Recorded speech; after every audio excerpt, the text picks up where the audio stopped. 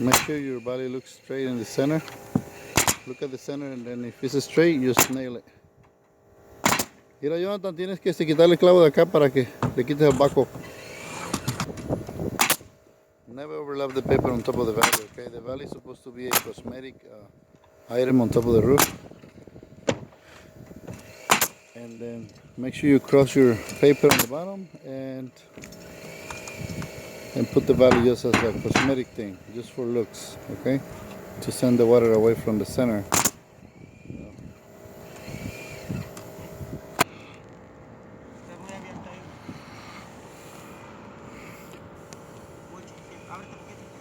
Okay, make sure that you, well, I throw a chuck line. Snap a line on both sides.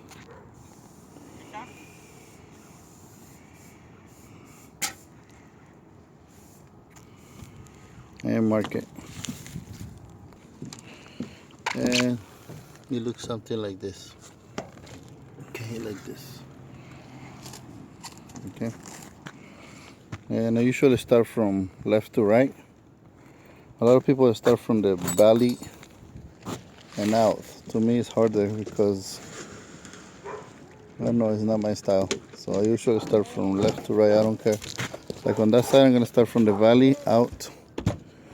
It's usually to finish on the valley is easier, it's faster, and I can. Next step is to nail the shingle to the center of the valley. Make sure that you nail away from the center of the valley. This area you don't supposed to nail it, never. Always nail on the edge. To do that, align the shingle to the line that you snap in the middle, and then nail on the edge. So that way, underneath there's no nails, okay? No nails. And always carry your hammer in case if some nail is crooked, you just pound it down, and that's it. So it's supposed to look something like this, okay? Make sure you nail on the edge of the valley, okay? On this side, you see how I nail my nails? Like this. Here. Like this. Okay? Like I said before, know how to place your nailing, especially on the details. So it looks something like this, okay? This is called California. Some people call it American diamond because you make like a little diamond on the bottom of the shingle.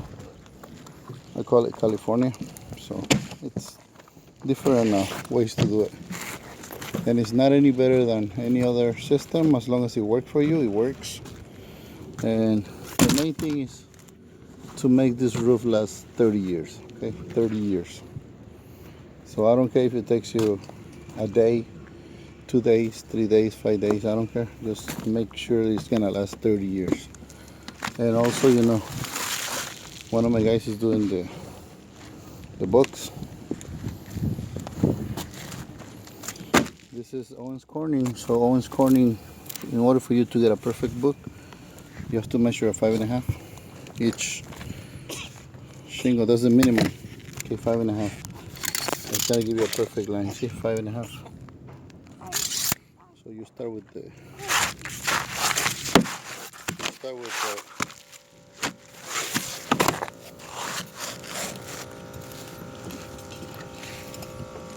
bigger piece, and then you nail.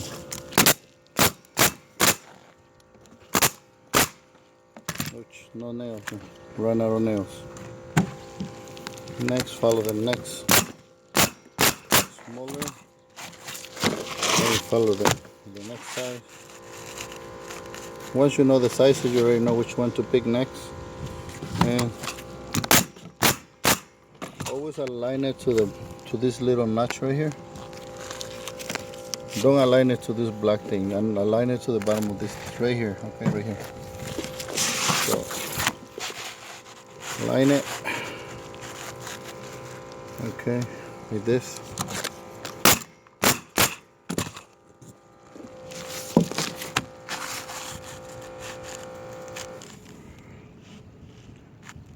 This. Try to nail as close to the edge as you can, so that way you put the nail away from the line.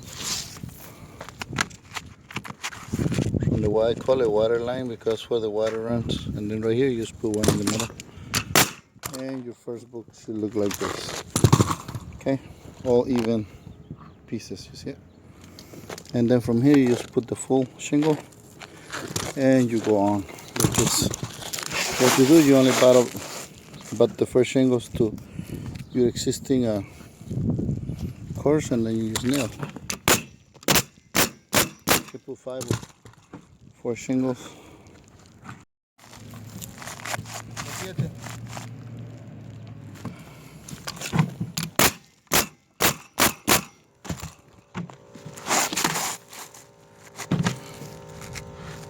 Make sure that you butt it with this, and then you shift it to the little line, and then you nail on the edge. 1, 2, 3, and 4. I usually put 5 nails. You can put 4 as the minimum requirements from the manufacturer. It depends on the windy area.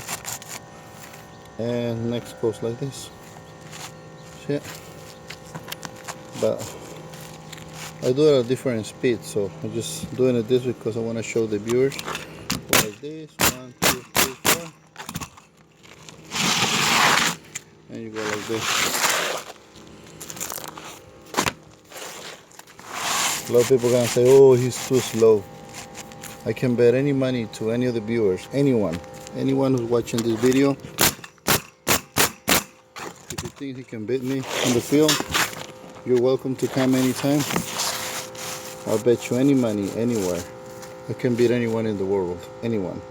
Been doing this for 26 years. I don't show my tricks on the internet. We just want to educate the homeowners or some of the guys to learn how to do good. Okay, you see, and now I end up with a full shingle. Now I have to start with another book. So I go grab it and I continue on. So you finish with the full shingle, and then you grab another book and you go up like that, semi-story, like I started. Like this. You see? Like this. See? My book. Grab the next one.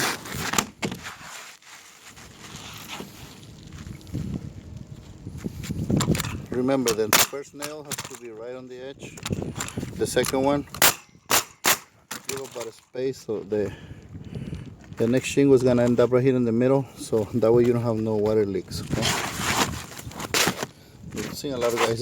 So sometimes you have the nail that's gonna finish here. So for that, you're gonna have to use some mastic or put a piece of underlayment between the shingles, and that's gonna solve the problem. But always leave about a space of about 10 inches, so that way you have 5 inches on each side for the next shingle. You see it? You see?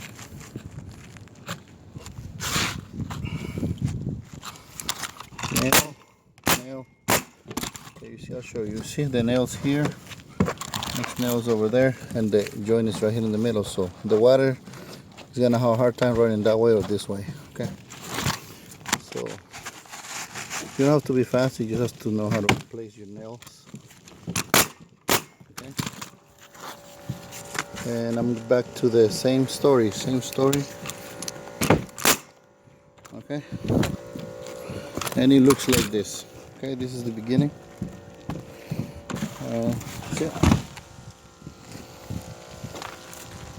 Like this. ¿Quieres una foto? Smile. That's Jonathan. No te has visto. Ayer no te viste. And this is my cutting line right here. Yeah, like this. And I usually, when I get here, I do it so fast nobody sees. But this nail goes on top. One like this. Okay. Nobody sees that. So I never put a nail here. Never. See, like this. You go like this. Like this. I'm gonna put a nail here, and then I'm gonna nail here on top. See it? And then this is my Te lo voy a mandar yo que te lo prenda. I'm gonna make this video for the rookies that don't know how to nail. So I do it so fast that people think I'm nuts. I don't know what I'm putting in my nails. Boom, boom, boom, like this. And then you put a nail here on top. Just in case if it gets windy, that little nail is gonna hold. Plus, if it gets windy, it's not gonna blow away, never. See, this is called California. See, there's no nails underneath. No, there's a nail here, but then the other one is gonna cover, and the nail, it's about the nailing line, so it's always on the edge. You see it? You don't put nails on this area, okay? No nails. All this area is clean. Got it? Pásame otro, Yolanda. See, you put a full shingle here. And then you nail over there. You don't nail. I don't nail here. And then I start nailing from here. Like this. So the next shingle is going to end up right here. No wires. Okay. Dale. So like this.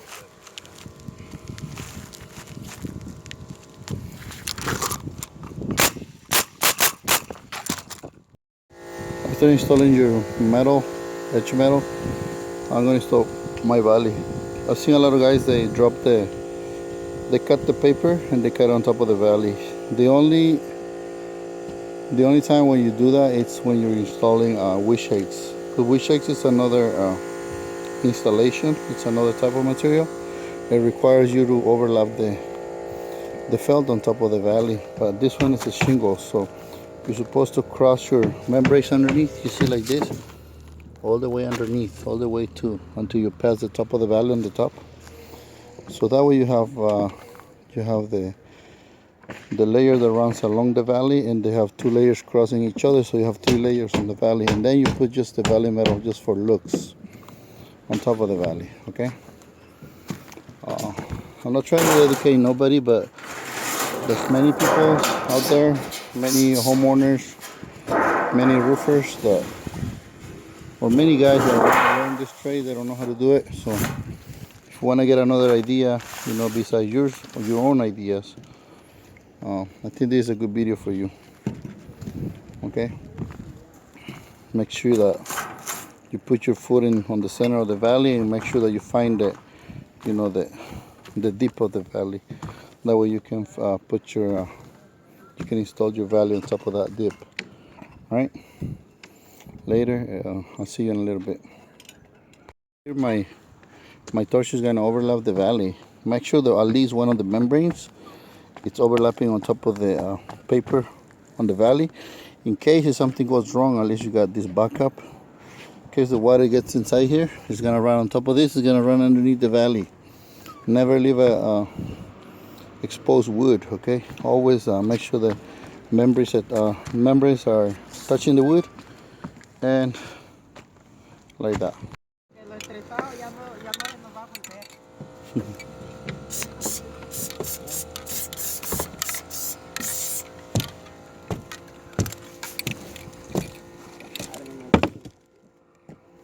I use even though if I have a painted material, metal, usually apply asphalt primer. A lot of roofers don't do it because they say that the paint already it acts like a primer. Well, I don't take any chances because I'm responsible for this for the next, I don't know, 5 years at least. Plus, the owner is going to keep my number for the rest of the life of the material. If you have any questions in 30, 20 years, you're going to call me. Hey, Eric, you remember you did this roof 20 something years ago? Well, it's leaking, so I don't want any calls. All right, guys. So play it safe. It doesn't take you too long to apply primer, so it only takes like 2 minutes. I don't see the reason why not to do it, but it's up to you. It's your call. See the straight line that the chalk line leaves you? So nobody in the world can cut like this. I have tried myself, but it's not perfectly. This is perfect. Okay, see it? Perfect. So this is where the water is gonna run. It's gonna wash away the debris, that they won't accumulate in the center of the valley. Okay, this is a simple stuff, but hopefully you guys like it, and if you don't like it, well, give me your idea, upload the video and show me how to do it. Okay, remember guys, for the ones that don't know, stay away from the valley. Okay, nail on the edge right here. Good morning everybody, this is Eric. This is my video about this finish job. I want to show you the video because when I see a lot of videos, I sometimes come across videos on YouTube, or not YouTube, because nobody shows you their details. I usually come across when they come to the valleys, they usually go crooked, and then they try to follow this line, this courses, and over there they come out crooked. So I strongly suggest you to take your time and really, you know, apply to all your skills to the valley, because that's the purpose of the roofing trade. You know, like, make sure that all your details are gonna be done right. Also, we use valley metals, and we use this installation method is called California. Okay, you run a valley along the center of the two roofs, you know, where the joint is called valley, and then you install the valley metal, and then you run one shingle on each side, and you go like that. And this is how I finished my roof. I told my guy, make sure that you paint them right, because a lot of YouTubers, they don't like it.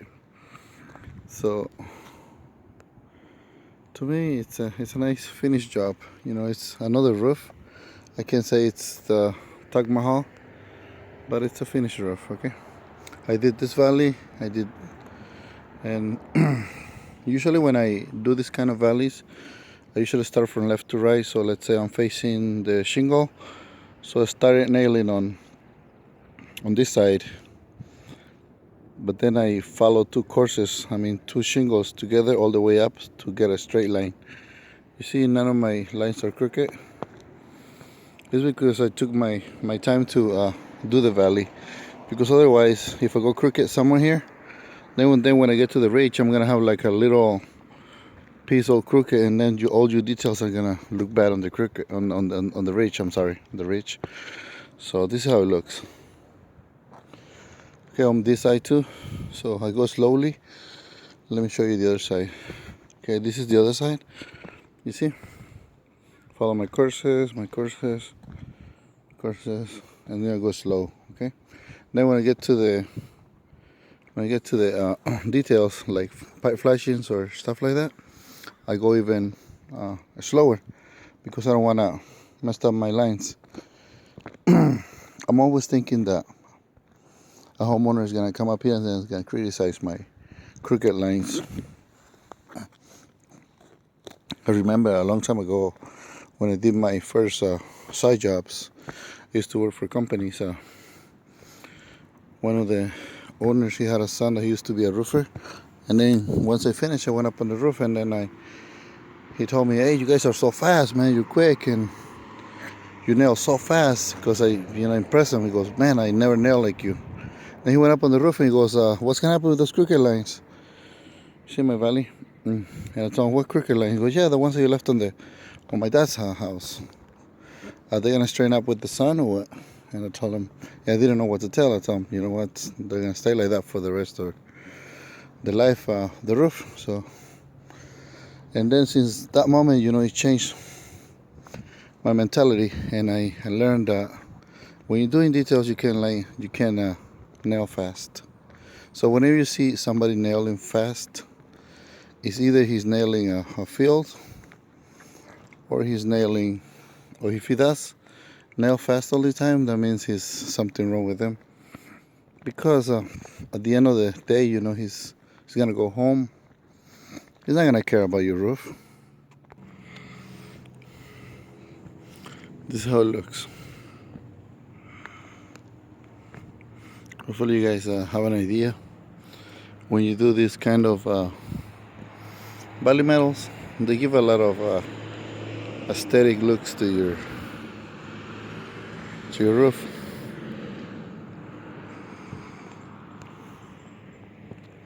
I'm not saying I'm the best or I'm just the only roofer you have to listen to.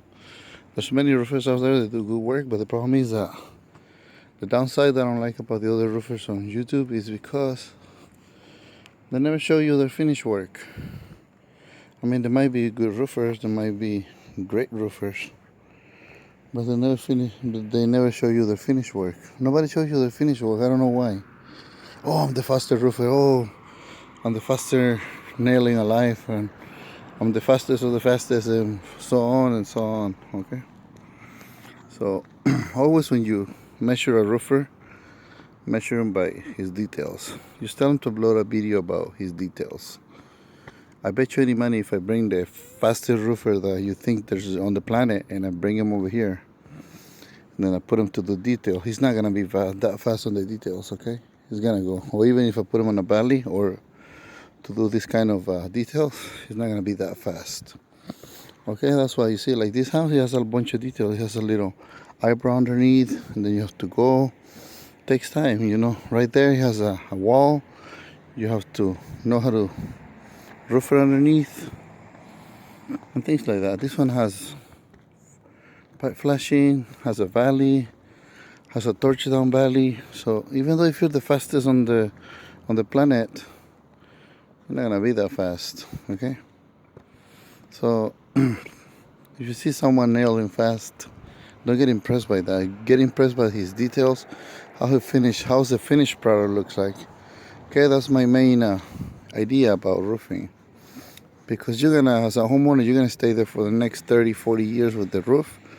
And then the guy who's so-called roofer, fast roofer, he's gonna go home. He's gonna spend the money. He's gonna get drunk, he's gonna spend it, buy a car, whatever. And then you're gonna get stuck with the roof for the rest of your life. So I strongly suggest you to check his work, check the details. That's what a roofer really is. Okay, when you check his details. And this is how the finished work looks.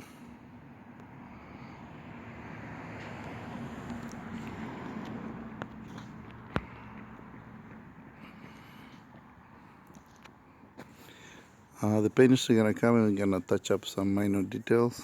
But like I said before, you know, even though if you're the fastest roofer in the world, you know, when you have details like this, shit, your speed doesn't count. You know, what really counts it's the way you know how to do the details. That's what I tell everybody. You know, bring me the fastest roofer in the world, and I promise you that I'm gonna leave him on his dust. I'm gonna beat him because I'm gonna put him in a place where he has details. And I'm gonna go to the exactly same place on the other side, and I'm gonna beat him because I'm good at details. You know that's what really counts. Any monkey can nail fast, even me. This monkey right here that's taking this video, he can nail fast. But I mean, that's not the purpose, because you're only here for like 5 days and then you go away. Maybe 3 days, 4 days, 5 days. I don't know how long it takes you, and then you go away, and that's it. You're done. You go to the next roof and so on. So please take your time. Thank you guys. Adios.